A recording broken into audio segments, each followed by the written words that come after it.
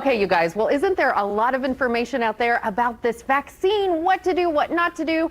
Well, to me, this means one thing: we need help. And joining us now is the person to help us sort through these updates, clear any confusion, and point us to the light. Say hello to our expert, Dr. Indy Lane. She's a Community Health Network physician and medical director in Fishers. Welcome to the show, Dr. Lane. Hey, thanks for having me. Oh, today. you are our person, because boy, do we have lots of questions. So let's just get started, because there's a lot to cover. We're seeing so much about the vaccination, sites opening up, but yet we're hearing about something called vaccination hesitancy, where people are getting one shot, not coming back for the second. What do you think causes that? Right. Well, I think that there are several reasons for that. I think sometimes patients come get the first shot and then they are scheduled for an appointment in 21 days or 28 days after their first shot, depending on which vaccine they got. And perhaps they get to that day and they have a schedule conflict. They have to work, they have barriers related to their family, and so they can't get the shot. I think that it's important for people to understand that even if you aren't in that 21 or 28 day window, you have up to 48 days to get that second shot. Really? Yes, so that's so important. So now that there are walk-in availability in many of the health departments and a community health network, people really need to take advantage of that if they've gotten their first shot and they need that second shot. Well, and a lot of times if we have to make an appointment for something, it's fine, but it's just one more step. Exactly. So you're saying now there's these walk-in sites. Where are some locally that we can visit? Well, Fishers Health Department has started walk-ins. Community Health Network, at all of the sites that they serve, they have walk-in.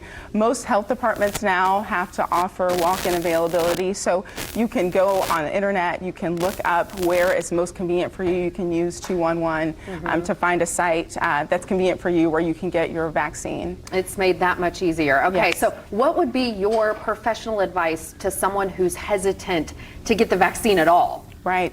I think that I understand people being somewhat fearful. I want people to understand that this was not a process that was rushed. It was a very robust process. This is technology that they had developed for many years in anticipation for a pandemic. We didn't know that it was going to be COVID-19, but this is a family of viruses that's been studied for many years as well.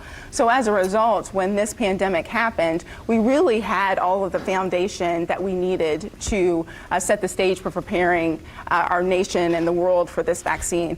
And it was highly studied amongst tens of thousands of people, and not just one type of person. It was white people, black people, Native Americans, Latinos, Asians, and people with a variety of ages and comorbidities. So it's a well-studied vaccine. It's highly effective, and I believe that it's very safe. So people that are concerned about the safety, I want to allay their fears that this was not a process at all that was rushed. The researchers and scientists, again, had the foundation laid for this vaccine. Well, I love your perspective. You just did that for me. You just gave this, this era of calm. This is something that has been researched for years, and you trust it. Your perspective is so wonderful. The J&J vaccine, the Johnson & Johnson's back in use. What do we need to know about that one? Right. Again, it is a very highly effective vaccine, rather.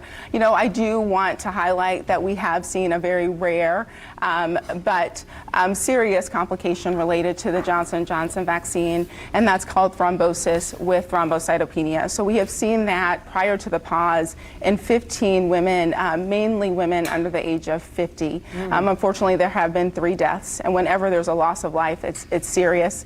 I think that the researchers, the FDA, the CDC was very transparent about this risk, and they're looking at why this happened.